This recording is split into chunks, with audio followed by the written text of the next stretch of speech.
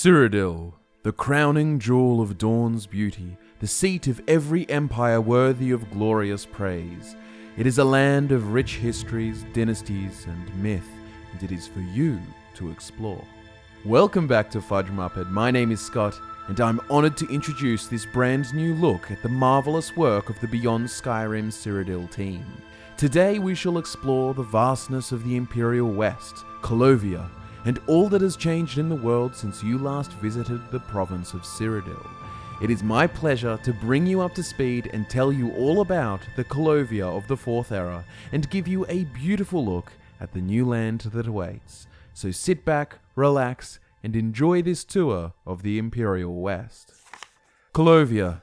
It stretches from the hot, dry climate of the Gold Coast up into the steep, rocky hills and crags of the Brina Heights, all the way to the Chorrol Mountains. These highlands cradle the rest of Colovia, encompassing within the great forest of colossal redwood trees, the blooming meadows and rolling hillocks of the Imperial Reserve, and the temperate forests of the West Weald, a medley of colours, both beauty and bounty. Traditionally, since the days following the ascension of the slave queen Alicia, the Cyrodiilics of the West took on a distinct culture from their eastern counterparts. You see, Alicia's uprising against the Aelid elves was not done alone. The Nords of Skyrim were instrumental in the Nedic fight for freedom, and it was in this time that the Eight Divines were conceptualized as a compromise between Nordic and Aldmeri pantheons, and thus we get the beginnings of the imperial culture. But while Nibene remained more distinctly Nedic for millennia, in the West, Nordic blood and influence became the distinguishing hallmarks of their people. Colovians are the descendants of frontiersmen, plunderers and warriors who carved out kingdoms of their own, abandoning the strictures of Nibene's increasingly religious and bureaucratic complexities, as well as the theocratic tyranny of the Alician order. Colovia became distinct culturally from the East, uniform, unaffected, self-reliant. Here the Eight Divines' faith remained stalwart in the face of the zealous Alician doctrines of the East, and soon, even politically, they became distinct, establishing the autonomous polities that were known as the Colovian Estates. It was not until the arrival of Riemann I, son of the West, that the two halves of Cyrodiil would be united, and since that day the Colovians have long been the iron hand of the Empire, the Emperor's most forthright men. It is no wonder that most of the ruby ranks of the Legion are made of recruits from these lands. Stoic, astute, diligent, loyal, honourable, at times austere. These are the qualities by which the Colovians are known. They are not only the martial might of Cyrodiil, but they are the very bones of its industry. They are renowned for craftsmanship of all kinds, carpentry, masonry, smithing, yet it is not done in the garish extravagance that is the style of Nibene. Colovian work is dignified, structural, form follows function. These are the ideals of the West. Do not, however, mistake this lack of novelty and bombastic variety for a lack of artistic spirit. Colovian crafts are greater than most, defined by their quality and durability. They symbolize strength of will and physical power.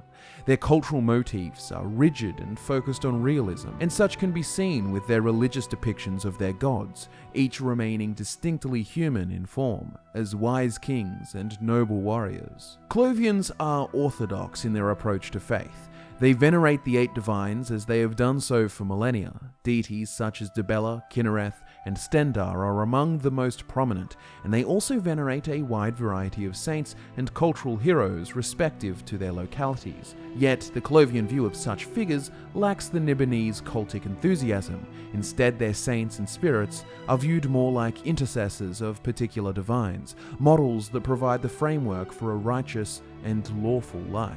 For Colovians, the Emperor is not only their rightful ruler, but he is also seen as the mortal arbiter of the Divine's will, and thus his laws and decrees are sourced from the gods themselves. The natural conclusion of such a belief is that legalism and the letter of the law are sacrosanct, which has contributed to the burgeoning of many fine lawyers, legislators, and administrators among them.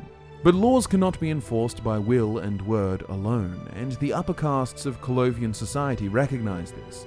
The archetype of the soldier emperor is emulated, and every noble considers martial philosophy and skill as integral to proper statecraft. It is through only the might of their legions and the tenacity of their soldiers that the empire is able to ensure peace, security, and divine law throughout the provinces, though in the last few centuries, the number of such provinces included within imperial domain has declined, and so has the empire itself.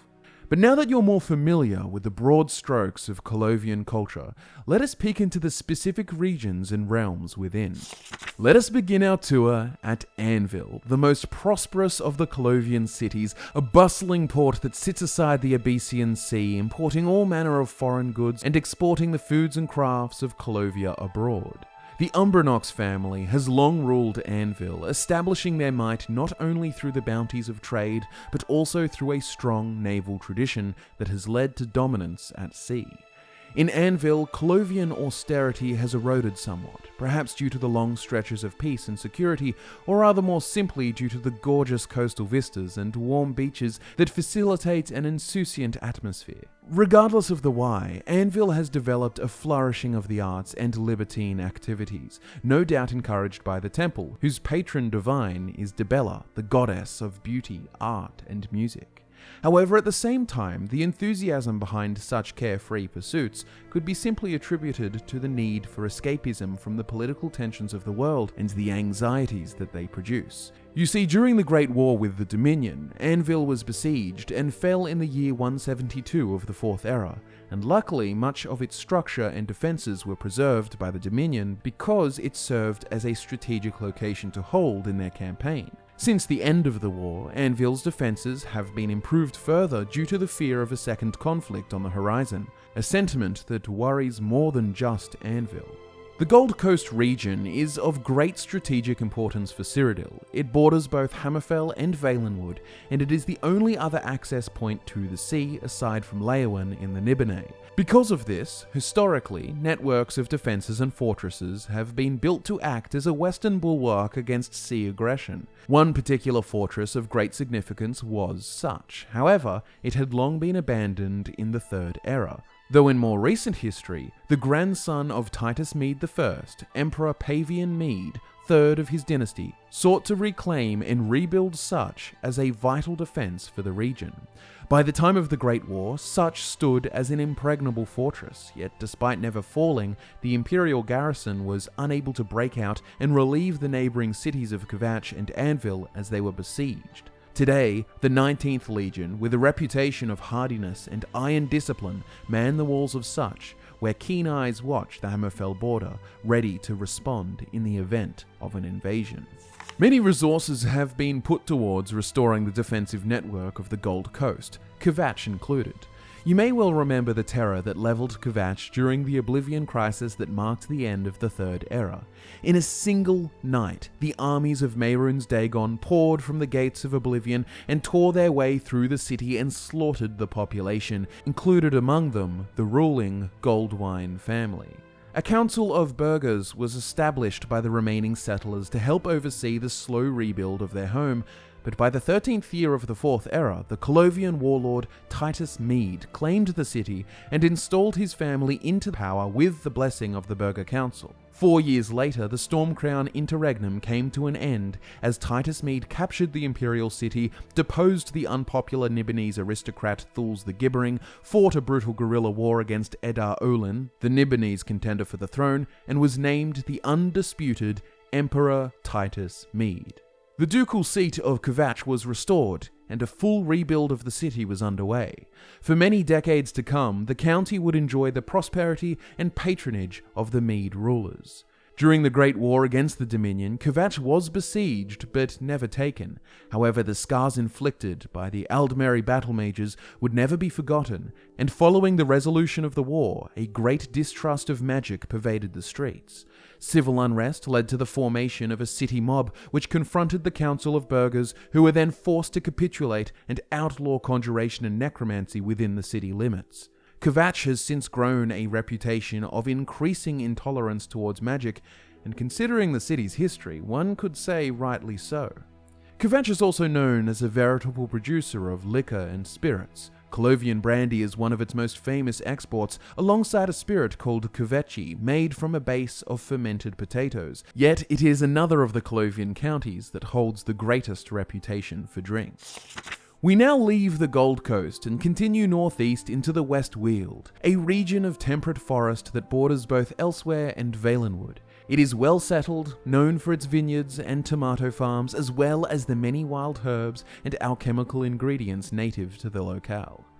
At its heart is the bounteous city of Skingrad, a place of chivalry, trade, and agriculture, surrounded by fertile pasturelands and vineyards that earned the city its title as the wine capital of Cyrodiil.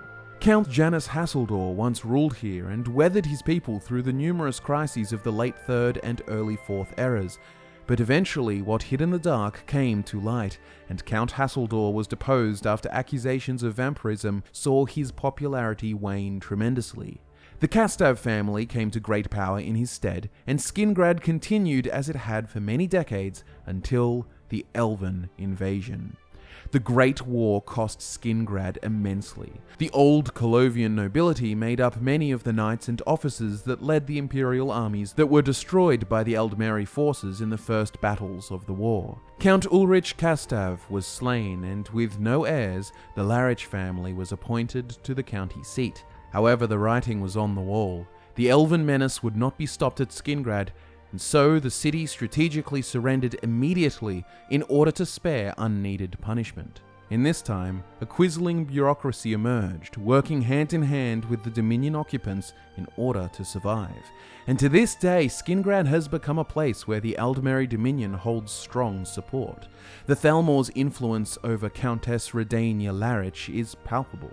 The economic landscape has shifted greatly, creating financial monopolies of traders and merchants who worked to appease the pro-Dominion bureaucracy, especially considering that the strict border checkpoints and regulations implemented in Dominion territories to the south had disrupted previous lanes of travel and trade.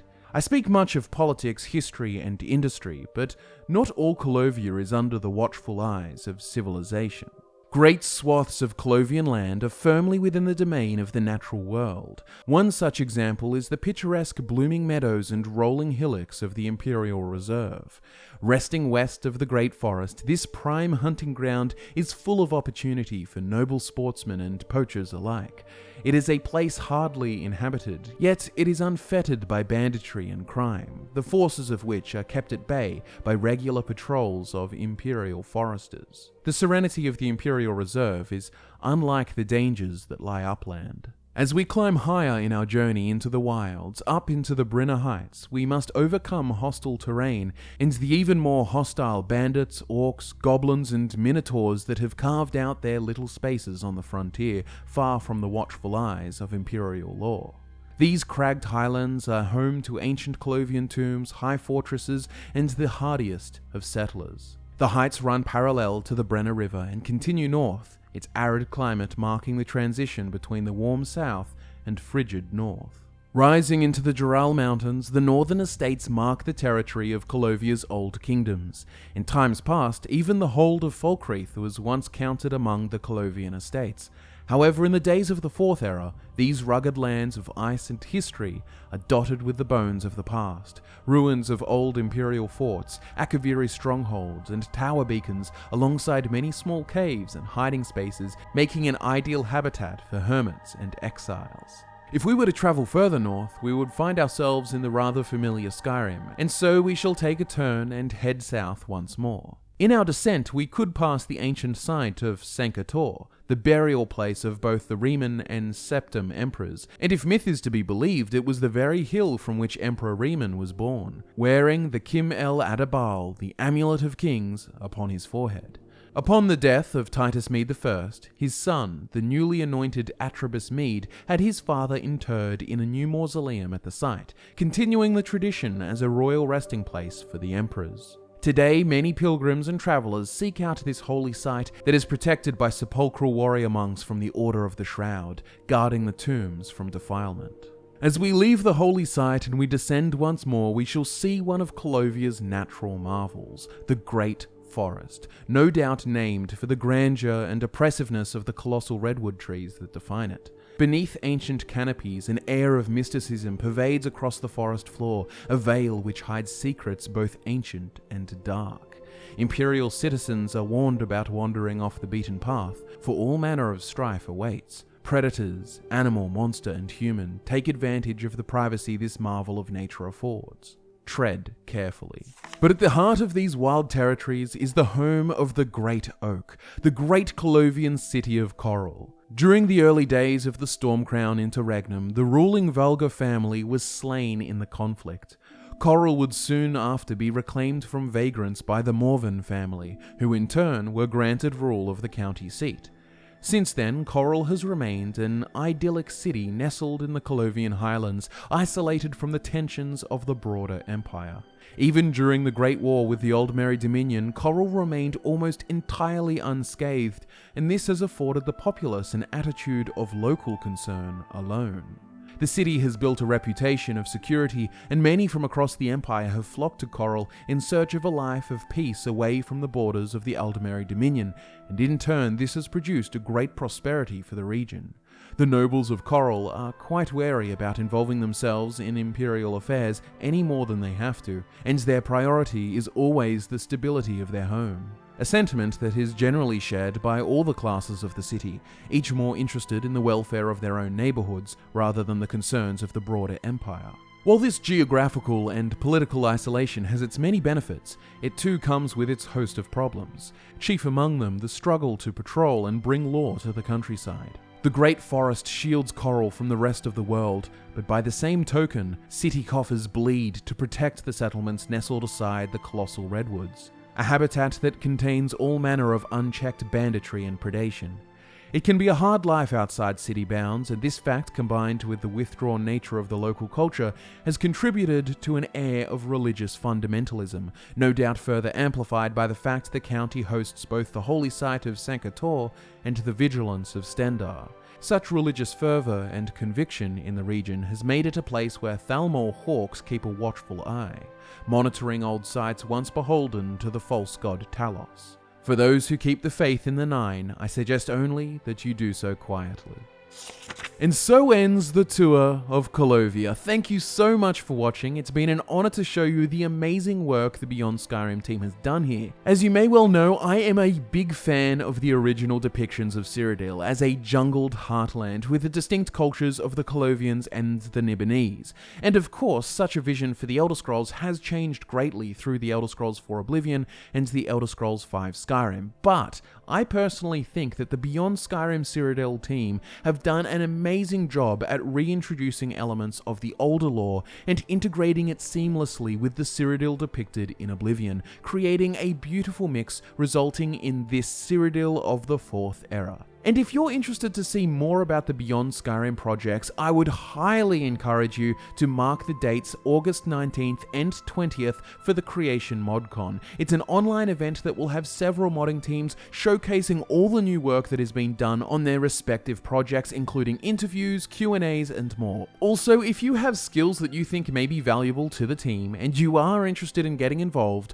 then jump over to beyondskyrim.org/join, and within you can find the Arcane University, a place where people can learn modding skills for themselves, so if you have little or no experience and you want to learn the tricks of the trade, you can do so. All these links are in the description. Thank you again to the Beyond Skyrim team for allowing me to take a beautiful tour of the Imperial West. My name is Scott from Fudge Muppet. Subscribe for more Elder Scrolls, like and share the video to support the channel and create exposure for this brilliant project. Thanks for watching, and I'll be back to nerd out with you again next time.